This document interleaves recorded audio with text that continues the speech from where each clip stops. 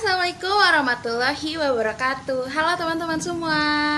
Perkenalkan, nama saya Lutfia Prilia dengan NIM 2313400039. Nah, jadi saya adalah salah satu mahasiswi dari Prodi Bimbingan dan Konseling Islam. Tepatnya itu di kelas 6B. Nah, jadi hari ini tuh saya akan membahas tentang salah satu teori yang ada dalam perkembangan karir. Nah, jadi di dalam karir itu kan terdapat beberapa teori ya teman-teman. Nah, salah satunya itu akan saya bahas pada video kali ini. Nah, jadi apa sih yang mau dibahas teorinya dari perkembangan karir ini di video ini? Oke, jadi salah satu teori yang akan saya jelaskan adalah teori super lifespan theory. Nah, apa sih super lifespan theory itu?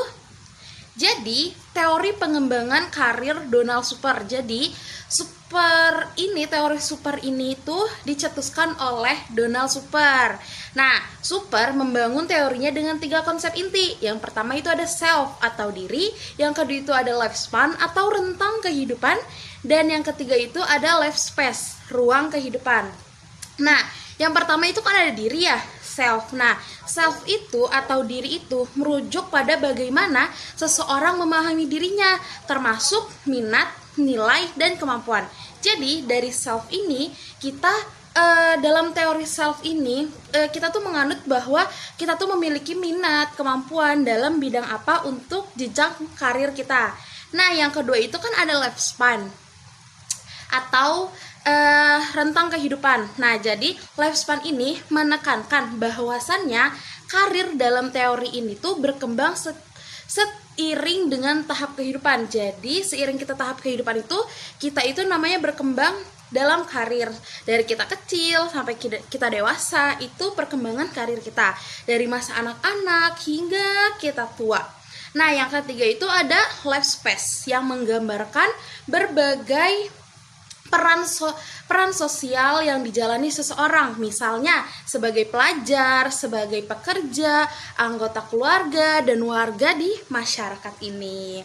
Nah, selanjutnya itu untuk menjelaskan hubungan antara usia, tahapan perkembangan, dan peran sosial, Super membenarkan konsep pelangi karir atau life career rainbow. Nah, pelangi ini menunjukkan bahwa sepanjang hidup seseorang melewati berbagai tahap perkembangan yang masing-masing memiliki tugas perkembangan tertentu. Misalnya, tahap eksplorasi di masa remaja, terus tahap pemantapan di awal dewasa, hingga tahap mempertahankan atau menyesuaikan diri di usia lanjut. Nah, dengan cara ini, karir dipandang sebagai pelajaran multiperan yang terus berubah secara dinamika kehidupan.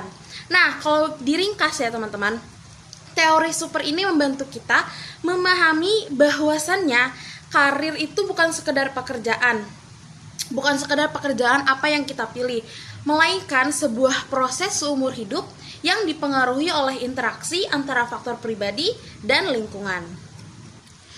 Nah, teman-teman, proses perkembangan dari karir teori super ini tuh ada rentan-rentan waktunya. Jadi super ini menjelaskan bahwasannya perkembangan karir seseorang itu berlangsung dalam berbagai tahap usia.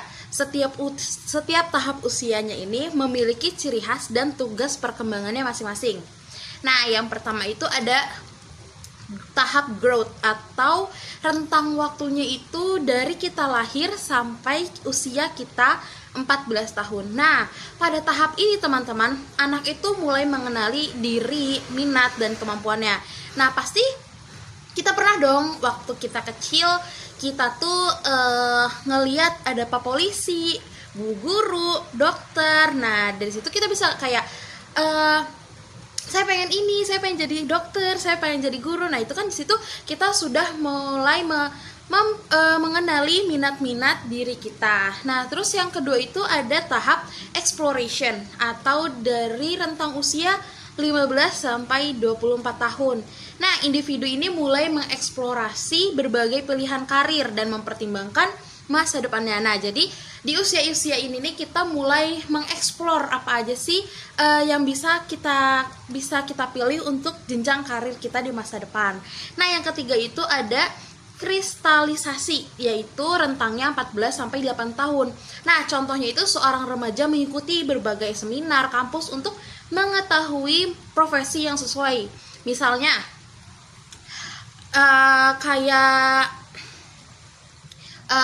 dia ngikutin seminar keperawatan karena dia memiliki bidang dalam keperawatan. Nah, terus yang ketiga itu ada tahap spesifikasi dari usia 18 sampai 21 tahun. Nah, contohnya itu mahasiswa yang awalnya tertarik pada bidang kesehatan kemudian memutuskan untuk mengambil program studi keperawatan. Nah, selanjutnya itu ada proses atau tahap implementasi, yaitu rentan usianya 21 sampai 25 tahun. Nah, contohnya itu lulusan baru mengikuti program magang atau pelatihan kerja untuk memasuki dunia kerja. Nah, tahap-tahap mengenal dunia kerja itu termasuk juga tahap perkembangan karir dalam teori super ini.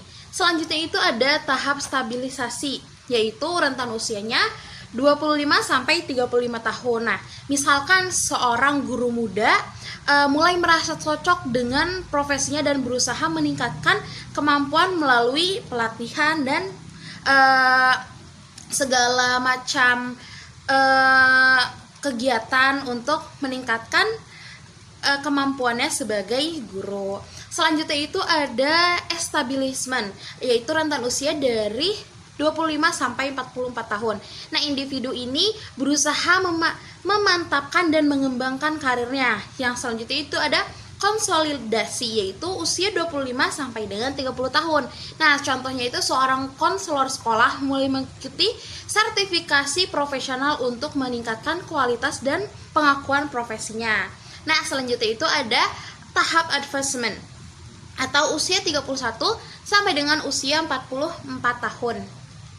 Nah, contohnya itu seperti pegawai perusahaan dipromosikan menjadi manajer karena pengalaman dan kompetensinya. Selanjutnya itu ada maintenance. Nah, ini rentan usianya itu 45 sampai 64 tahun. Nah, di sini itu pada tahap ini nih, individu itu berusaha untuk mempertahankan posisi dan penyesuaian diri dengan di perubahan. Contohnya manajer perusahaan mengikuti pelatihan penggunaan sistem kerja baru yang diterapkan di kantornya. Selanjutnya itu juga ada disline atau rentan usianya itu dari 65 tahun dan ke atas. Nah, dari tahap ini tuh individu mulai mengurangi aktivitas kerja dan mempersiapkan masa pensiun. Contohnya seperti seorang kepala sekolah memasuki masa pensiun dan mulai aktif dalam kegiatan sosial di masyarakat. Nah, jadi apa sih kesimpulan dari teori super ini? Nah, jadi kesimpulannya adalah keberhasilan dalam perkembangan karir itu sangat bergantung pada kemampuan individu dalam memahami diri, merencanakan karir, dan mengeksplorasi peluang, serta mengembangkan kompetensi, serta mengambil keputusan yang tepat. Selain itu, teori super juga memiliki kelebihan karena bersifat komprehensif, fleksibel, dan relevan dalam bidang bimbingan dan konseling karir. Namun, teori super juga memiliki beberapa kelemahan seperti kecenderungan bersifat linear atau kurang memperhatikan faktor eksternal serta kurang adaptif terhadap perubahan dunia kerja modern.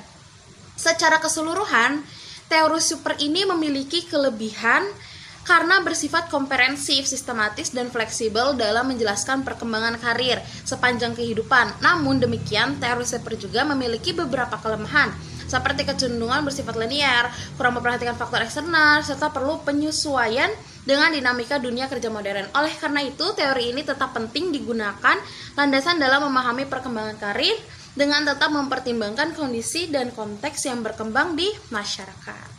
Oke teman-teman, mungkin cukup sekian yang bisa saya sampaikan. Kurang lebihnya mohon maaf. Wassalamualaikum warahmatullahi wabarakatuh.